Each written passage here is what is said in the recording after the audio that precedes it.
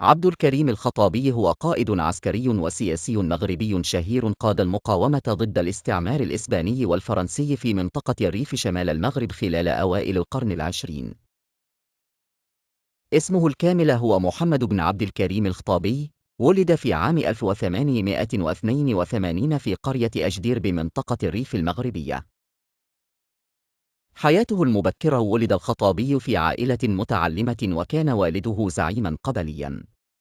تلقى تعليمه في المغرب ثم انتقل إلى مدينة مليليت التي كانت تحت السيطرة الإسبانية حيث واصل دراسته. درس القانون الإسلامي والفقه، كما تعمق في دراسة العلوم الحديثة والسياسية. مقاومته للاستعمار: بعد الحرب العالمية الأولى تعاظم الاستعمار الإسباني في شمال المغرب، مما دفع الخطابي إلى قيادة القبائل الريفية ضد الاحتلال.